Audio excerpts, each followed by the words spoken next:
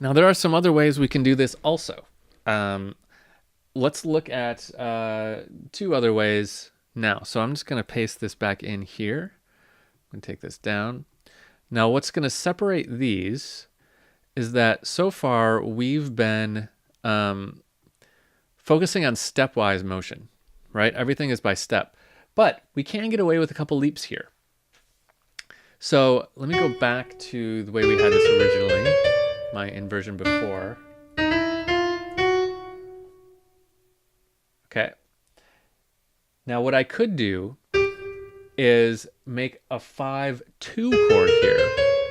Remember, 2 means the 7th is in the bass, and that's going to be a G. Right? So I'm going to have a GA, I'm going to have a 2nd in the bass. That's going to potentially get a little muddy, but I think we'll be okay. Let me adjust the rest of my notes to make a little bit of sense here.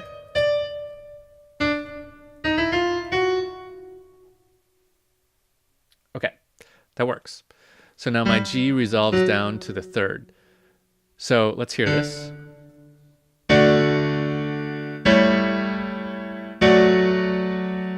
Right? It still more or less sounds like 1-5-1, but what we're getting here is our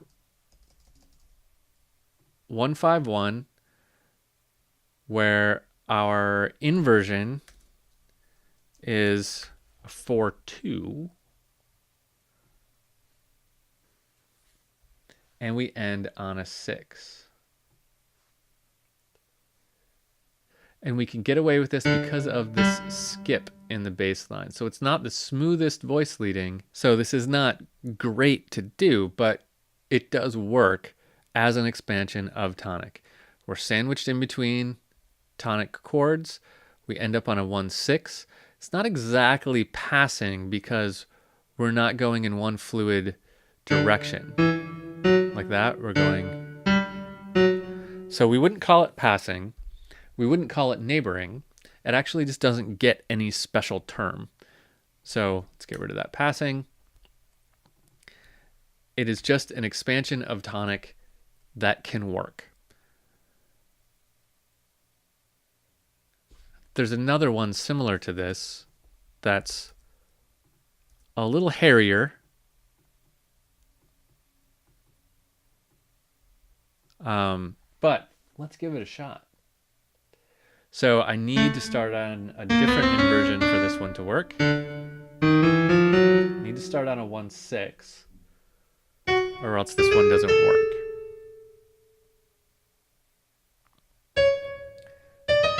Okay, and we're going to go to our 5 this way. We're going to end like that. And the trick to this one's going to be in the bass. What we're going to do is we're going to drop down to a C sharp. It's essentially this one backwards. So what we're going to do is 1-5-1. Let's line these up a little bit better. Where we're going to start on a 1-6, go to a 5-6-5,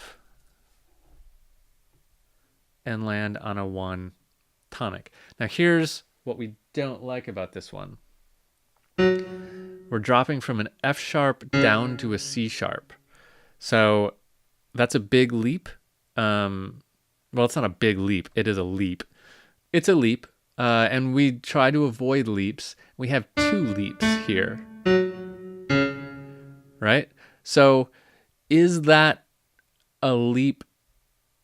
So did we create a parallel here that's problematic? We did not, because this is a 6th and this is a 6th. Parallel 6s are okay. However, it's a bit jumpy. So it's not a normal thing, but if you're looking for an expansion of tonic, it can work. Let's hear it.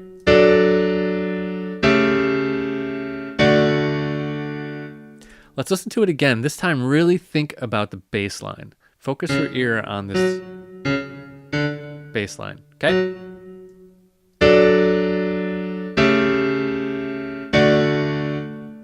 So it does feel pretty 5, but it does work as an expansion of the tonic area. Okay, so why is this okay? Why is this leap okay?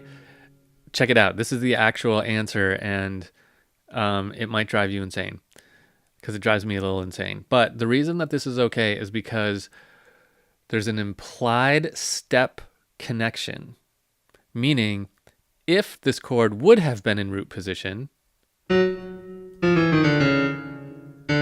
there, it would have been a step.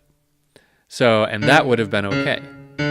It wasn't in root position, but because it was not in root position, our ear still hears it kind of in root position, and that's kind of okay. It's not good. If this was on the spectrum of 10 is something that is perfectly awesome in voice leading, and 0 is something that is totally against the rules, I would put this around a 3. It's not against, I mean, it's against the rules, but it's acceptable in voice leading. But take voice leading out of the picture. Just think about it from the perspective of an expansion of tonic. A 1-6, a 5-6-5, a 1 can work to expand tonic. Same deal, a 1, a 5-4-2 to a 1-6 can work to expand tonic, right? All of these can work to expand tonic.